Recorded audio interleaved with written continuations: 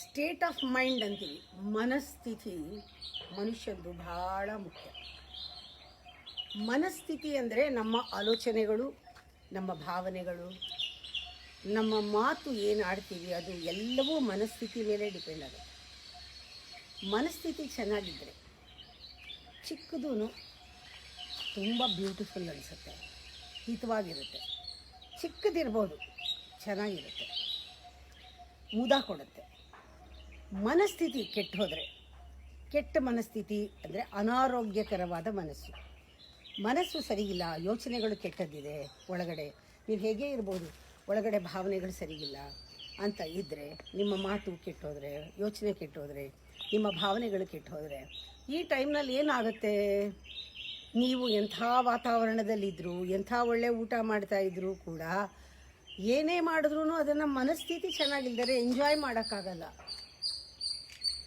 ಜೀವನದಲ್ಲಿ ಎಂಜಾಯ್ ಮಾಡೋಕ್ಕೆ ಯಾಕೆ ಆಗ್ತಾ ಇಲ್ಲ ಅಂದರೆ, ಅದು ಚೆನ್ನಾಗಿಲ್ಲ, ಇದು ಚೆನ್ನಾಗಿಲ್ಲ, ವಸ್ತು ಚೆನ್ನಾಗಿಲ್ಲ, ವ್ಯಕ್ತಿ ಚೆನ್ನಾಗಿಲ್ಲ, ನಮ್ಮ ಜೊತೇಲಿರೋ ಚೆನ್ನಾಗಿಲ್ಲ ಅಲ್ಲ, ನಮ್ಮ ಮನಸ್ಥಿತಿ ಸರಿಗಿಲ್ಲ ಅಂತ ಗೊತ್ತಾಗುತ್ತೆ. ಮನಸ್ಥಿತಿ ಸರಿಗಿದೆ. ಆ ಮನಸ್ಥಿತಿ state of mind, healthy state of mind ಇಲ್ಲದೆ ಇರೋದಕ್ಕೆ ಕಾರಣ ಏನು ಅಂದರೆ, ನಾವು ನೋಡ್ತಾ ಇರೋ ಇನ್ಸ್ಟಾಗ್ರಾಮ್ ಇರ್ಬೋದು, ಫೇಸ್ಬುಕ್ ಇರ್ಬೋದು, ಏನೇ ನೋಡಲಿ ಎಲ್ಲ ಹಾಕಿರ್ತಾರಲ್ಲ, ಪೋಸ್ಟ್ ಮಾಡಿರೋರೆಲ್ಲರೂ ಕೂಡ ತಾವೆಲ್ಲಿದ್ದೀವಿ, ತಾವೇನು ಮಾಡ್ತಿದ್ದೀವಿ ಅಂತ ಎಲ್ರಿಗೂ ಗೊತ್ತಾಗಬೇಕು ಅಂತ ಹಾಕಿರ್ತಾರೆ. ನೀವು ಎಲ್ಲಿದ್ದೀರಾ ಅದು ನಿಮಗೆ ಮುಖ್ಯ ಆಗಲ್ಲ. ಆಲ್ವೇಸ್ ನೀವು ಫೋಕಸ್ ಆನ್ ಲ್ಯಾಕ್.